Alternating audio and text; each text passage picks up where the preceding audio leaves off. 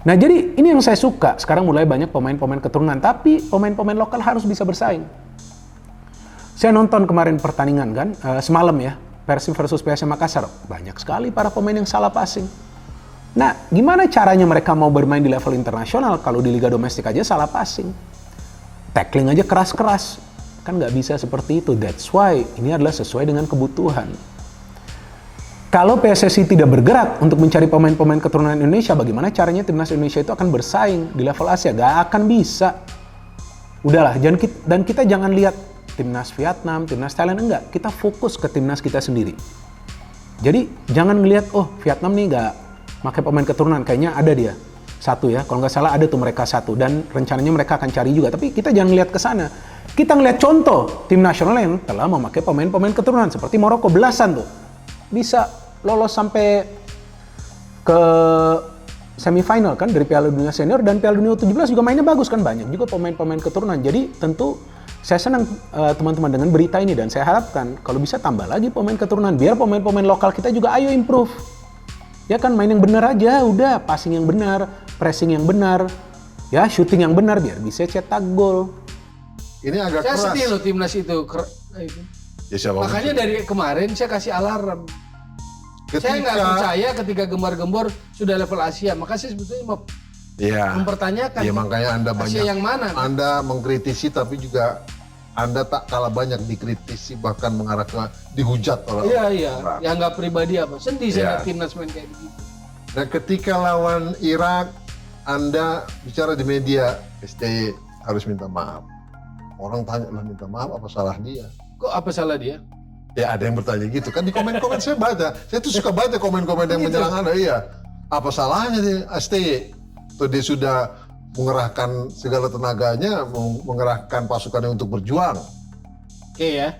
Saya ulangi lagi ya. Dia sudah sebut timnas kita level Asia. Standarnya AFC. Dia bilang pemain kita kelemahannya suka takut kalah duluan. Itu ditutupi oleh naturalisasi. Dengan naturalisasi timnas kita menjadi lebih menakutkan. Itu semua ada, rekam jejak digitalnya ada. Yang saya omongin itu ada semua. Kalau memang menakutkan, kenapa dijebol 5-0 gitu loh. Sama seperti kayak kita lawan Brunei bikin ke gawang Brunei 6 gitu. Ya. Ini Irak bikin ke gawang kita 5 gitu. Ya. Kalau mau dikomparasi. Jadi saya mau dia minta maaf gitu loh. Karena apa? Dasar orang olahraga, dasar orang sepak bola itu fair play, sportif. Apa kita nggak malu 5-0 di saat sekarang, bukan 5-0. 5 gol bersarang dikoyak oleh Irak ke gawang kita. Yang gue kecewa itu sebenarnya bukan hasil akhirnya, tapi emang cara main. Ya. Jujur aja, gue maksud gue gini, gue kalau misalnya lu mau seri atau mau kalah lawan Filipina sekalipun, misalnya imbang kemarin, memang sih semua ekspektasi. Tapi kalau misalnya permainan yang meyakinkan, kita masih punya sisa 4 pertandingan selanjutnya. Masih ada harapan ya? Ada harapan gitu, tapi udah lo cuma imbang sama Filipina, mainnya busuk, bahkan ya kalau gue bilang gol Sadil pun ya gue melihat faktor bagaimana Kambuaya berhasil untuk keluar dari Arhan apa juga ya okay individual, dan Sadil juga mampu menempatkan bola dengan sangat baik. Tapi sekali lagi ya gue merasa kayak overconfidence-nya STY ini malah jadi bumerang menurut gue. Mengingat dia yakin, dan gue juga sebenarnya sempat jadi apa ya? Jadi yakin juga dengan rentetan hasil bagus, walaupun sebelumnya cuma lawan Brunei ya, kandang tandang. Tapi gue ngelihat secara permainan oke gitu. Cuma begitu di hadapan Irak, 65.000 pendukungnya di Basra segala macam, kok gini main kita gitu. Kok maksud gue minimal ya mereka nggak gampang untuk mencetak gol, karena gol yang masuk ke gawang Nadio menurut gue kategori mudah ya seperti itu. Nah jadi yang penting nih teman-teman adalah persiapan yang harus benar-benar matang dari timnas Indonesia. Dan saya pikir dengan melakukan perjalanan ke Turki, kemudian ada pemusatan latihan, nah ini sudah pas. Artinya para pemain akan fokus 100% untuk nanti bermain di Piala Asia. Jadi tidak akan teralihkan perhatiannya ke hal-hal lain. Karena liga kan nanti akan berhenti juga kan, dan ya sebelum juga tanggal 18 kalau bisa ya klub juga sudah melepas pemain mereka yang memang dibutuhkan coaching time, karena pasti kan berkumpul dulu di Jakarta walaupun nggak TC. Iya dong, pasti berkumpul dulu kan. Dan tanggal 20 sudah ke Turki, atau mungkin sebelumnya kali, tanggal 19 sudah ke Turki kan. Nah inilah yang pernah saya katakan bahwa ya para pemain harus siap untuk turnamen besar seperti Piala Asia jauh lebih awal. Karena yang selalu kita ngelihat terjadi kesulitan bagi para pemain Indonesia adalah dari segi kerjasama ketika mereka membela timnas Indonesia. Kadang-kadang kerjasamanya bagus, rapi, kadang-kadang nggak ada kerjasama sama sekali. Nah ini kan menjadi persoalan besar bagi Coach Sintayong dan juga tentu faktor kelelahan. Nah maka itu dengan adanya persiapan seperti ini, ya seharusnya nanti nggak ada alasan dong bagi Coach Sintayong.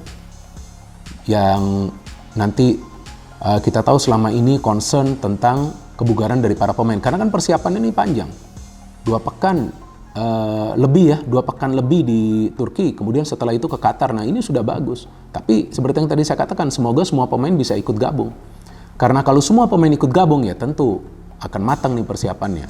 Dan juga tentu kita harapkan dan kita berdoa jangan sampai ada pemain inti yang cedera teman-teman, karena semua pemain inti harus bermain nanti di Piala Asia, karena Indonesia berada di grup neraka.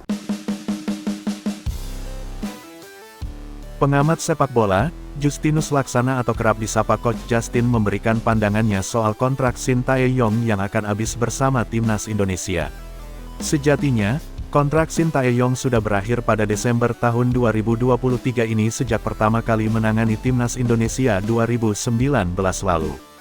Namun, PSSI memutuskan untuk memperpanjang kontrak Sintayong hingga Juni tahun 2024 setelah beberapa turnamen selesai.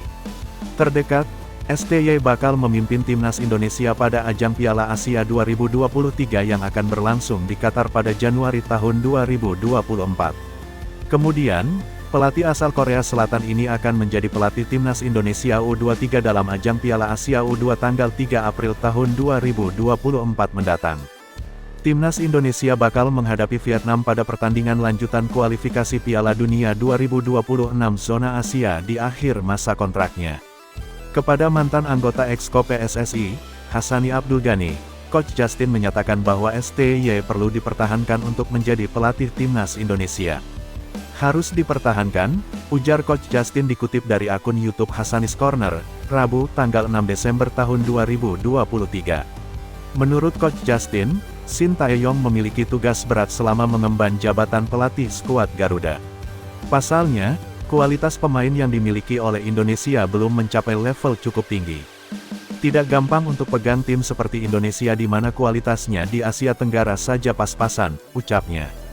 Sintayong, lanjut dia, sudah sangat cocok dengan kultur, budaya, hingga karakter para pemain Indonesia.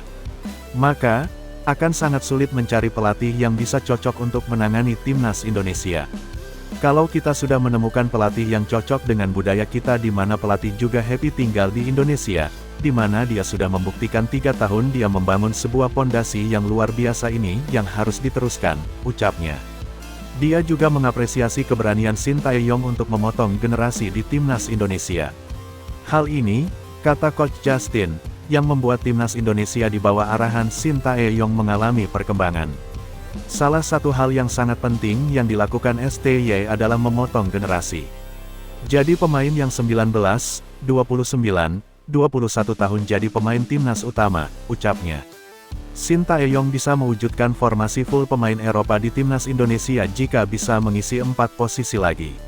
Pelatih timnas Indonesia, Sintayong, baru saja mendapat tambahan amunisi di pos pertahanan. Justin Quincy Hubner telah resmi menyandang status warga negara Indonesia. Pemain yang merumput bersama Wolverhampton di Premier League itu baru saja mengambil sumpah menjadi WNI pada Rabu, tanggal 6 Desember tahun 2023. Hubner bisa menjadi kekuatan di pertahanan timnas Indonesia pada gelaran Piala Asia 2023 dan kualifikasi Piala Dunia 2026. Tak hanya itu, Hubner juga bisa memperkuat timnas U23 Indonesia yang akan tanding di Piala Asia U23 2024. Ini adalah hari yang luar biasa dan saya dalam kondisi baik. Saya ingin berterima kasih kepada Ketum PSSI, juga pemerintah Indonesia, kata Hubner selepas pengambilan sumpah dan janji setia pewarganegaraan RI. Perasaan saya sangat senang. Saya siap memberikan segalanya untuk negara ini, untuk negara kita, imbuhnya Justin. Bek berpostur 187 cm itu mengaku sudah tak sabar bergabung dengan skuad timnas Indonesia. Saya juga sudah tidak sabar bermain bersama Indonesia. Laga terdekat tentu bermain di Piala Asia 2023 di Qatar, ucap Hubner dikutip dari laman resmi PSSI.